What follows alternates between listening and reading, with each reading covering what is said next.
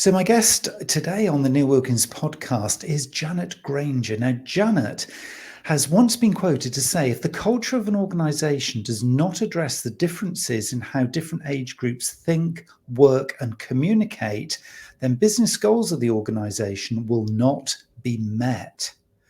Now, that is a very bold claim. Welcome, Janet, to the podcast.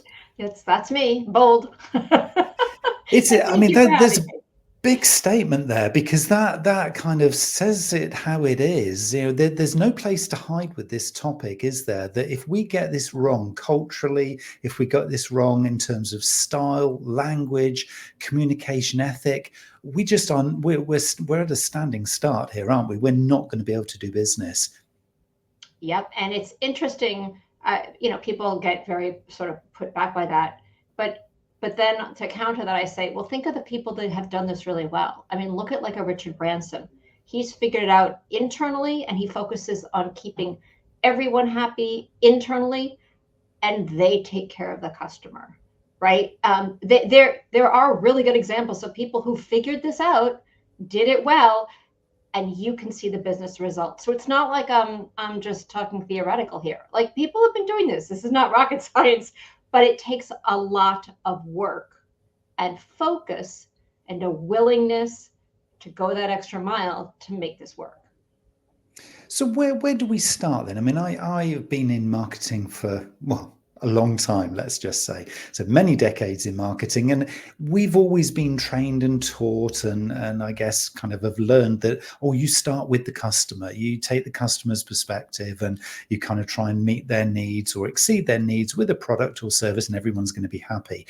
It doesn't feel like now, though, it's as simple as that. Are you advocating, Janet, that we need to start from in-house first? Do we need to get our own kind of act together first before we start to look at the customer?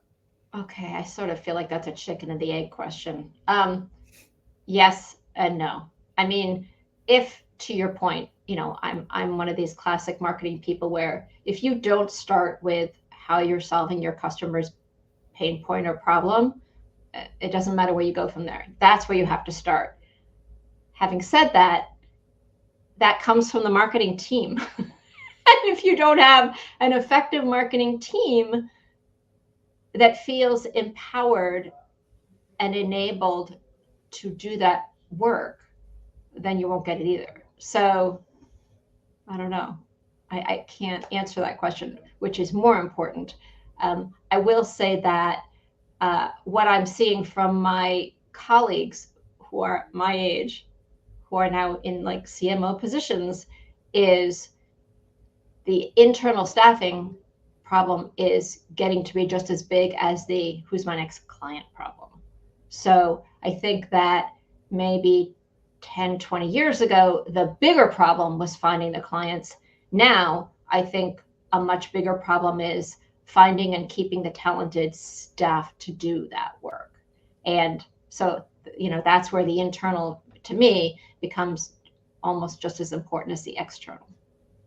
So we are opening this fascinating box here, aren't we? Because it's this age thing, I guess, is ages, even millennia old. I'm sure this is not a new challenge for anybody in terms of life as well as actually in business. So why do we speak a very different language to different generations? We've got Gen Alpha, we've got Gen Z, we've got Millennials, we've got the Gen X, we've got the baby boomers, we've got, probably there's even an older one than that. I don't even know what that would be.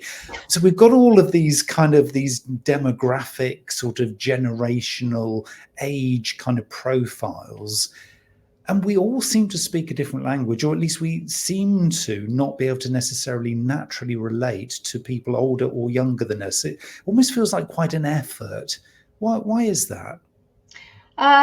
Well, first, getting back to how you started, this has been going around since the Greeks. I mean, when I present on this, I show quotes literally back from the Greeks complaining about, how the youth have ruined, they don't know how to speak to their elders, and hundreds, if not thousands of years, this generational tension has gone on. So it's not new. It's always been this way because new technologies happen, new ideas happen, they come into the culture. And the people of the older generations are not used to it. They're not accustomed to it. They don't necessarily always keep up with it. So you're always going to have the older people of like, in my day. But between you and me, I remember being in my 20s and looking at people in their 40s and 50s and 60s, and they all look the same to me, frankly, and thinking, oh my God, these old people, they so don't get it. I wish they would just get out of my way. So I remember that. And now I'm one of those people that I'm sure people are looking at going, really? Like, you keep saying, well, this is how we do things. And why? So I think, honestly, there will always be generational tensions.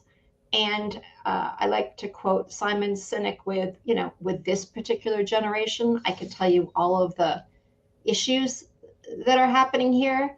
And your choice as a leader is whether or not you're going to deal with it. You can't change it. These are the cards you've been dealt. People can help you deal with it, but you either choose to or you choose not to. And to choose not to, I think, is lazy, frankly. It's sort of like the parent versus the child. The child is a child and they push boundaries and they do the things, and your job as the parent is to parent. So my feeling is your job as the leader is be a leader. And no one ever said it was going to be easy, but you get to lead. And that means helping younger generations along, whether it be from an etiquette perspective, to a strategy perspective, to a culture perspective, to a technology perspective, to a communication perspective, all the different ways. A lot of these kids now, I talk about Gen Z, which is under the age of 27 in 2024. They spent their last college years, many of them, behind a computer, not even looking at people eye to eye. So they just don't know. And our job is to teach them and to help them and to listen to them when they know about this really cool new technology that could do it faster. So, it's a mutual beneficial thing. Yeah, so I was going to say, is there a common currency? Is there a common language that we can talk here? Because it feels the way that you're describing it there, that, let's just blanket sort of group some of these together. Old people, young people, okay, just to keep it nice and simple. So if old people then say and are feeling, either in leadership or in life in general, well, the youngsters of today don't really understand the way it is and the way it probably should be, because of course they've grown up with all of their baggage and success and everything else. And then the young people are looking at the older people and saying, yeah, but the world has changed, the world has moved on. Do we actually have somewhere in between? And is it kind of millennials who are kind of in between, say, Gen X and the Gen Zs?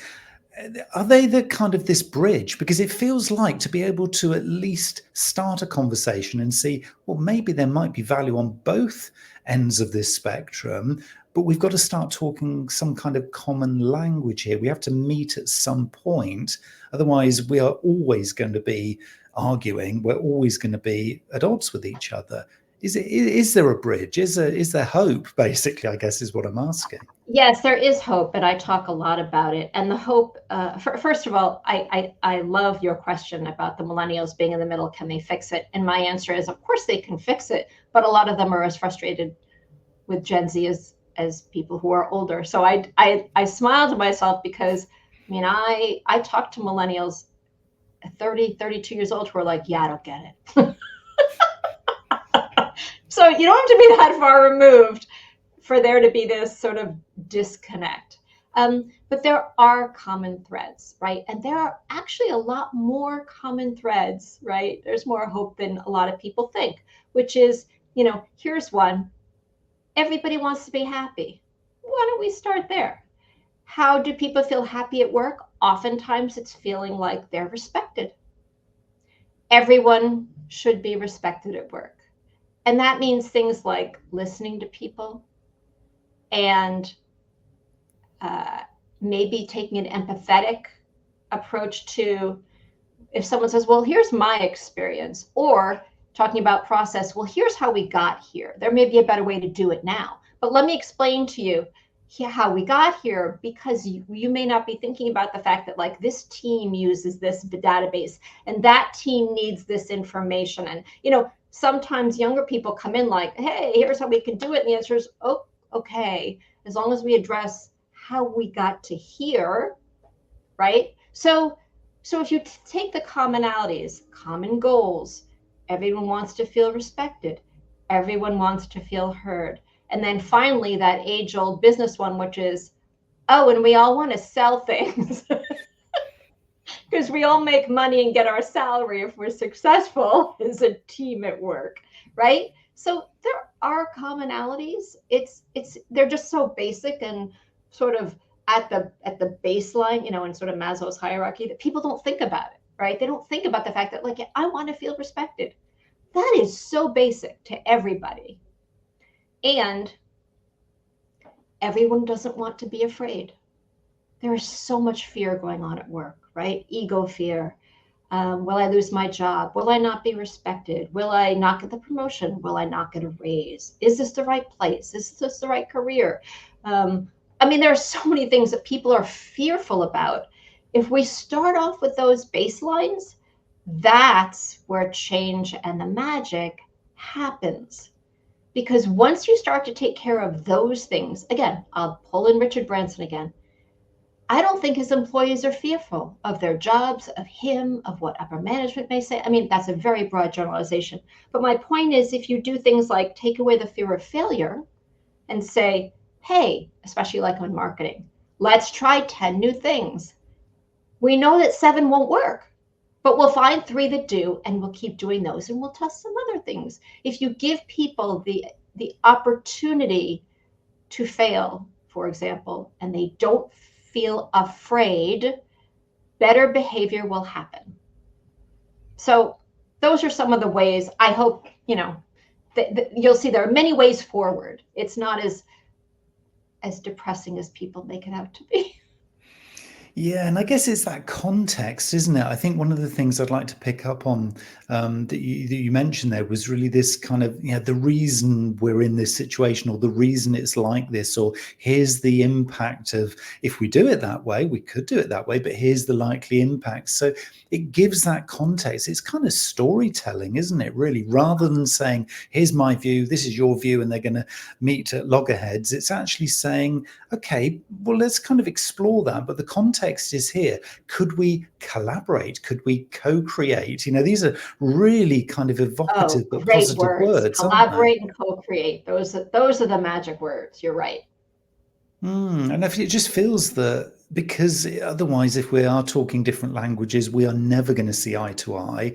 If we meet in this middle point, it just feels really, really positive. I need to ask you about tech and AI, let's just say, because I guess there is this assumption, and I want to build on this kind of almost stereotype that you've created here of the more mature leader or business person, and just explore whether this is actually a real thing. There is this generalized assumption, I'm often the oldest person in the room, by the way, but that people who are old are anti-tech. They don't want to press the button because it's going to break something, but they don't know what. They fear that AI is coming for them and coming for their jobs, and actually coming for their life. So they'd rather not do it. They'd rather stay in the old ways. That is probably how a Gen Z looks at somebody who is more mature of years. Is that actually correct? In your research and your kind of work that you do, have you kind of seen that there is a resistance to change, but it's actually quite heavily driven by technology? I hate to say it, but yes. I think stereotypes happen for a reason. And the reason is there are a lot of examples like that. Having said that, I would say it's almost 50-50. I would say there are half of people who are so resistant to change that they refuse to do it. And unfortunately, they're the ones who often get left behind by change. But I would say there are probably an equal number of older people who are excited and have always been at the forefront of change, and are therefore being shunted aside unnecessarily. because with their vast experience, they could be really helpful when it comes to finding, exploring, testing, utilizing, implementing new technology. And I think, oftentimes one or two bad examples will start to create a stereotype. It's like Gen Z's lazy. I am sure there are examples of that. I know many examples of Gen Z who work their tails off. So why would you let generalities rule the day when everyone is an individual? Yeah, I think it's an interesting one, isn't it? Really, because if we're kind of agreeing that at the center of this could be a context or a story or a challenge that we need to solve, and we're going to come at it from a Gen Z and then a more mature kind of age group as well, but we're going to come at it from our opposite sides, but we're going to kind of co-create and work together to see if there's a natural solution that fits everybody.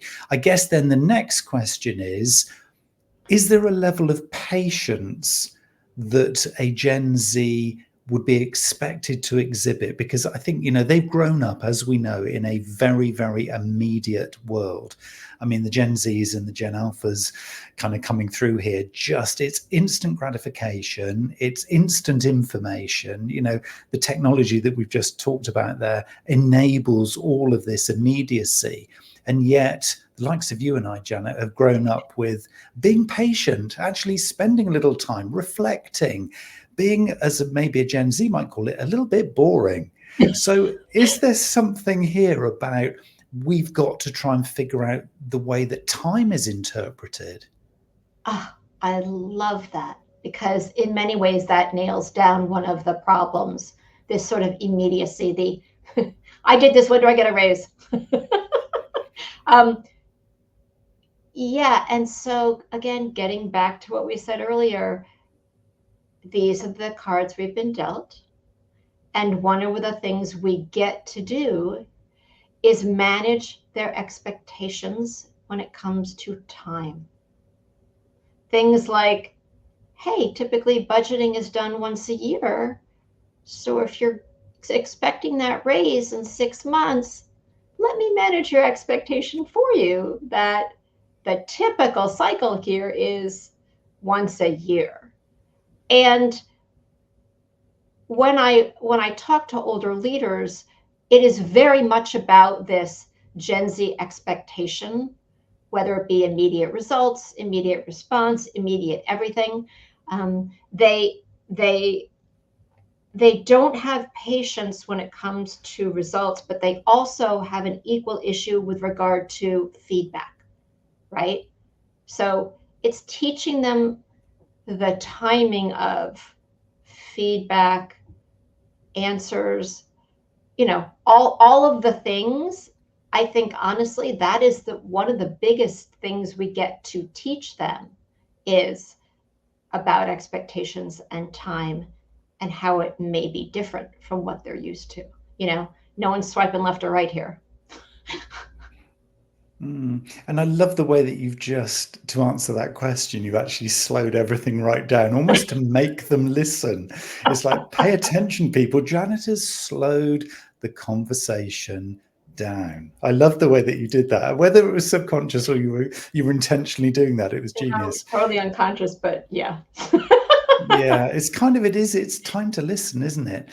Okay, I'm also then going to say in the same breath, or is it? So I want to challenge that assumption because Awesome. Because I think we need to go there. Is a Gen Z listening to this will be also saying, yeah, but come on, guys. I don't want to go at your pace. I've got these ideas. I'm really confident. Why do we have to do it the same way that you've always done it? Why is budgeting once a year? Why is it but once a year? Why don't we next year or even in the next 6 months decide we're going to do it monthly? Why? And of course, this challenging of the status quo could be for some businesses, well, it could be crippling for some businesses, but it could be very motivating and very productive for others. So if you're in that kind of others category where it's like, oh, hold on a minute, this is going to light the blue touch paper. We're going to stand back and see what happens with this radical new dynamism. Is that something that could be a real positive from a, let's call it a Gen Z attitude? I mean, I love that you're asking this question. I think as a leader, your job is to think about everything. I mean, why couldn't this be a fabulous thing to look at? And why not throw it back at them as like, okay, take a crack at that. What would that look like? You know what I'm saying? Like, wouldn't it be a great way to empower someone who has this argument? Well, tell me what this would look like. Like, I love empowering younger people to think through the changes they would like to see. And because I think it's the best of all possible worlds, right? Maybe things do need to be totally shaked up from top to bottom. Okay, tell me, what would that look like? Because you're now helping them to think through processes. You know what I'm saying? That is a very educational experience for a younger person to get to do that. And they either will prove their business case or not. But what an amazing opportunity for them and for leadership to see, is there a better way? I don't know. I guess I look at that kind of radicalism as like, yeah, what's wrong with that? And if you find someone for whom reality doesn't work, like, no, we can't do that for whatever reason. If they then cannot live in that environment, they get to go find another one. You know what I'm saying? Like, I think we get to empower people to figure out the best place for them. And I honestly believe if we can harness the brilliance of Gen Z and their youth, why not harness it to help pull us? You know, I get the sled image at the gym, right? Have them pull us into the new century, you know, into the new technology era where change is happening every second. And if we don't meet that challenge, man, we're dead. I don't know. I just think it's all an interesting question. It's so refreshing. Well, it's so refreshing to me, sort of potentially. I mean, I still have this resistance to, kind of just giving carte blanche and saying, okay, just go away and play because, well, one, I'm paying for that. Two, what happens if the customer finds out? They might not like the result here, but they might. So there's almost this leap of faith, isn't there, here, that if we're willing to trust, if we're willing to give a little vulnerability within our business, it doesn't have to be super expensive. It doesn't have to be that we're going to change everything instantly, but to just maybe give a certain percentage of time, energy, resource, management guidance or not, or whatever, just a small percentage every day, every week, whenever it is, the magic that might create. And particularly because a lot of us are working in very commoditized markets. I mean, you know, you and I are marketers, we provide services, but there are millions of people who do what we do. So how do we differentiate? Well, we have particular messages and themes and, you know, particular services that may be a little bit different to some of the others. But the only way we're going to really kind of, you know, revolutionize that is to think outside of the box, because if we always do what we've always done, we're always going to get what we've always had. And revolutionaries, the real revolutionaries, are not comfortable people. The people who really change the world, be it in, you know, a new marketing campaign or whatever, they think outside the box. They don't think like us. And if we want those people, we need to give them a little bit of rope to go do the thing, right? I mean, no one, the people who change the world the most are the ones that are usually the radicals out there, the most difficult to deal with. You know what I'm saying? It's like, how much do you want change? Maybe you don't want change. Okay. Recognize that and then hire the people that will not want to do that, right? So if say I'm in an SMB, so I've got a medium size business, so it's well established, been going for quite a few years. We're kind of successful, but it's competitive. Whatever industry we're in, it's pretty competitive. Customers are a little bit more resistant right now to spending because of the election and everything else that's kind of going on. So there's a whole bunch of kind of nuances that are affecting the business. And so we need to kind of do a little bit of reinvention here. What's your view, Janet, of bringing some Gen Zs into the mix to do this kind of radical shake-up or kind of gentle shake-up? Is it that they should be embedded within the business, or are we talking here potentially about a little incubator where we kind of give them a little area of the business to go play with, and it's not going to cannibalize the safe part of our business? Or do we go for broke? Do we say, yep, you can come in and just challenge us in everything that we do? Which would be a better option, do you feel? Of those three, I don't like being challenged all the time, because then every day is a struggle. But I love the idea of the first two, which is, either you let this person go over here or you create this little team over there, because that's where radical change has always happened, right? If you let some people put their heads together and think creatively, again, going back to the fact that you and I are in marketing, people are always saying, well, Gen Z marketing, what do we do? And I'm like, put them in charge of the AI and let them look every day at what's happening, because every day something is new. Let them tell you what the best use of the AI is. And it's not that hard to throw Gen Z talent at new technology and say, go, you tell us, look at what UGC didn't exist before e-commerce, right? But hey, I can tell you it was the younger generation that came up with, user-generated content. That in and of itself was a radical idea and thought, how many years ago? So it can happen, and it often happens at the younger end of the spectrum. So why not just let that continue and institutionalize it in a way that gives people a space to be and think creatively, while still maintaining, your core business, your core ideas, your core team and themes, because I think it will give an outlet to people along those lines, and it may become your North Star in 5 years. Do you know what I'm saying? It's like, why not keep that possibility open at all times? And here's the other thing I would say. Put some older people in there too, right? It's not just the Gen Zs that are creative, right? You don't want older people to hold them back, but don't assume that just because people are older, they may have some radical ideas. They've been dying to try for the past 10 years, but no one listened to them. You know what I mean? It's like, it all comes back to every individual is different. Don't make assumptions. We should never make assumptions because of what people look like. And age is one of those look-like things. Everyone has potential. Have you tapped into every individual's potential? And to your point earlier, everyone has to learn how to work, work in an environment and work with deadlines and communicate with other people and get their ideas across. And, we get to teach people how to do that. Well, what about, again, I'm always sort of on the lookout for a few little radical ideas in these kind of conversations, just a little bit of fun. Well, obviously somebody who is a Gen Z, they're coming out of college, coming out of school, whatever, they're moving into, maybe it's their second job, let's say. So the first job was, in the family business, but it wasn't really a proper job, as it were. And so now they've applied and they've got this first job.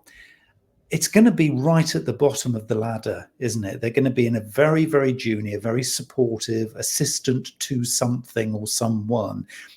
I remember hating my first job just for that reason. I was ready to take on the world, and I was like, making copies? Are you kidding me? So how about putting them straight in at a middle management position? No, it's not a good idea. And I'll tell you why. Because middle management is about managing people and teams. And it takes time to figure out how to, there's the product and then there's the people. And management is about managing people. And to ask someone to come in to manage people when they have no experience, I think is kind of mean. You know what I'm saying? They're not at all prepared for it. Unless, maybe in their college life or earlier, they were in charge of a team of people, in which case they might be very good at it. But I would say in general, individual contributors need to figure out how to be individual contributors before you figure out who amongst them will be good at managing a team. That's just my opinion. So I'm going to challenge this one, because I think we're into challenge today, aren't we, Janet? But if I challenge that one and say, but most. Oh, this is going to go down really well. Sorry, listeners, but I have to go here. I'm not talking about you personally, but I'm talking about people possibly doing the role that you're doing. A lot of middle managers, in fact, a lot of senior managers, are just faking it. They're actually no better than a Gen Z coming in, no experience at all. Yeah, but that's not their fault. Useless. They haven't been trained well. Think of how few managers are actually trained how to manage people. I hear what you're saying, but that to me is the fault of not training your first level managers. So yeah, I get it. I mean, when I think of my experience, when I look at my kids' experience, my kids are both in their 30s now, and hear about some of the things that their managers pulled. There are a lot of middle-aged, inept managers out there, to your point. And I think that anyone you put in charge of managing other people needs a whole other level of training. So I guess I will get back to your challenge and go, okay, you have a really good point. But if you're going to bring someone in, if you don't give them the training they need, that's just not fair to do to anybody. Not to mention the people who are reporting to them.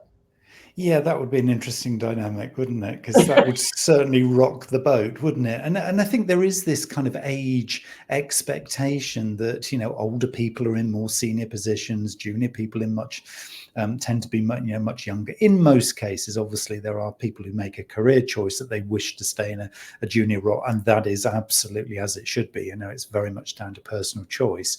And by the way, I would say I was a lousy and continue to be a lousy manager of people. Not here saying I got this right. It's personal preferences, but I think there is an opportunity, I think, as you're absolutely right in saying that it's about enabling with the tools and with the training. And maybe this is, again, another one of those things that will bridge that gap between somebody who is failing to manage Gen Zs, or really struggling to manage Gen Zs, is you've got to give them the tools, the appropriate tools, the confidence and the context. Feels like we're almost coming up with this little package or bundle of things to do to manage a Gen Z. Have we missed anything? Yeah, and I would just say, and there's one more thing that's actually really, really, really hard that I have to add to that. And that is, as a manager of teams, what people often forget is that they have feelings too. And that oftentimes their feelings play into their decision-making process. From a neurological perspective, all of our decision-making processes happen in the emotional part of the brain. And a lot of people don't know that.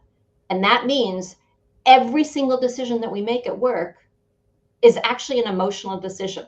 So, you could get together enough data that you feel comfortable making a decision. It doesn't mean that we're all not. There are some of us like me. I consider myself a data hound.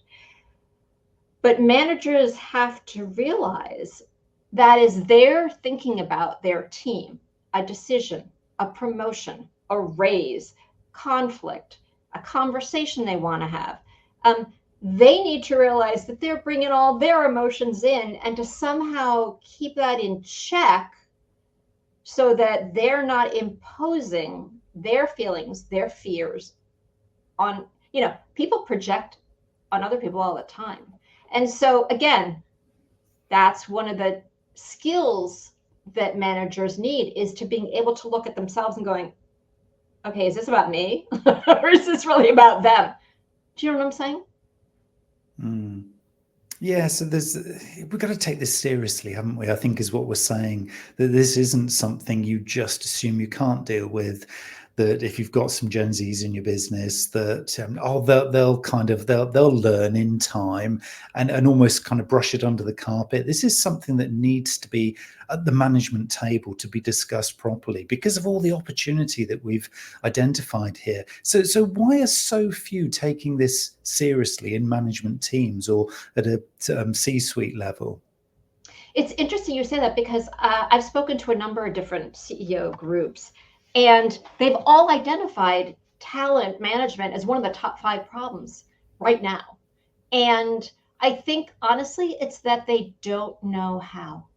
I don't think they don't know it's a problem. I mean, they'll talk about the revolving door, having, higher turnover than they've ever had, their expenses to attract and retain talent being double what they were 5 years ago, and all the HR stuff we've always done isn't working. And so it's a matter of we get to find a whole new way to do this now. Because the one thing that's different now than was ever different before, getting back to what you said earlier, is they're all talking online to each other. They may have been grumbling before, these poor young people, these younger workers being abused at the workplace. But all they could do is talk to, their best friend at work or whatever, or go out to the bar with their friends and bitch. Now it's on Glassdoor. It's everywhere. They're sharing, on Instagram, they're sharing videos on TikTok. And that's the difference. So it's a thing now. And to your point, this is serious. This is no longer like, it's just one of the problems when you run a business. No, talent management is now a really big issue. And I think as a leader, you get to solve for it. But it's exciting, isn't it? I think that if you can get this right, it feels that you're going to have a buzz in the organization. There's going to be a cultural shift, I guess, for many organizations here, and it just feels that this is great timing. It's almost, I always use the phrase perfect storm when I see, these things all coming together at the right time. We've got the emerging technology that will support a Gen Z to come up with the ideas and critique the ideas before they bring them to a human being, to be kind of shot down and trashed. But also there's this kind of, as you say, expectation that, we have to develop our talent because they are so valuable. We can't afford for a high level of churn in the business because it's going to distract us from, as you say, doing good business anyway. So it's really, really important. It feels that this is the time for any business owner, business leader to really start to take this seriously. Get this on the monthly management meeting so that you can be discussing it and figuring it out. Because ultimately, I'm guessing here, I'd like to be sort of led by you on this one, that if you can get this right internally, the external kind of benefit, you talk there about people sharing about what it's like to work here, but this is the customers are going to hear about this, aren't they? This is going to get out. Yes. Yeah. I mean, I love to give the example of when I was at Pitney Bowes and I was in charge of a very large project with a very large, digital agent company, whatever you want to call them, agency. I was so frustrated and upset because I found myself in charge of a team of people who just graduated from college, didn't understand my business, didn't understand their own business, and I was training them. What a horrible customer experience when I'm training your people and I'm not happy about training your people at a digital agency. I'm saying I was the client. So the clients are going to feel this and see it if you don't get it right, is what I'm saying. Is the hope? Do you see that, on the other side of this, if people do take this whole thing seriously, if they really kind of get to grips with age and the impact of age, do you feel positively that this is actually going to work out? I not only feel positively about it, but I think the flip side will happen. If you get this right, because so many people are struggling, you become the company everyone wants to work for. Like, that's one of your differentiating factors. You become the company that's cool, that the clients want to hire. Do you see what I'm saying? It's like, it literally can change so much. And I'm hopeful that, again, all you have to do is go on social media and see the ones that are doing it right and everyone wants to work there. Everyone wants to go there. That positive does exist. So to me, the impetus to do it is so great. Like, look what we can be, look what we can do, look at the clients we can get. And from the client's perspective, I want that. Right? Yeah, and that to me, that's the end result, isn't it? That you are going to get a return on your investment of attention. Absolutely. With this stuff. It does work, and as you say, I am a business person. It's all about the ROI, frankly. Ultimately has to be. We wouldn't be doing marketing right if it wasn't. So it has to be in all those use cases that you talk about. How can people kind of get up to speed with this if they want to take that next step? Then, Janet, kind of, is there a book, is there a website, how do they contact you? Of course there's a book. So I wrote this book. Thank you. Okay Boomer, Revelations of a Baby Boomer Working with Millennials. And I'm writing a new one about managing Gen Z. Some of the brain science I talked about is in here, so it's the first step. And while I talk about millennials, it's not that far removed from the same approach to dealing with Gen Z. So that's Okay Boomer book is available on Amazon. I created a whole marketingcareermentor.com website to help younger marketers with we talked about their expectations, right? What's going to happen at my first job? What does that mean for me? So I invite people to go check out Marketing Career Mentor to see those tutorials that I give. And for leaders, janetgranger.com, my name. I talk about helping leadership. I do workshops, all sorts of things. And I would say what you said earlier, which is some of it is just going to be the mindset shift of, yes, this is important. I need to get this right. And that will help right there, right? Like, to focus on it. It's all about what we focus on, right? If we don't focus on it, it doesn't change. It's getting leadership attention to focus on this as a goal. Janet, this has just been great, and I think you've probably inspired a whole countless number of people here to kind of go and take action, just really kind of give it some thought. And whether you're a Gen Z listening to this or you're a senior leader listening to this, there is hope, and you've just got to meet the other age groups head on, but with love and with dignity and with respect, because I think that's what we're saying here, is that there's a lot to learn from the other side, if we were to call them that. Janet Granger, thank you so much for your time. Thank you. This has been great conversation.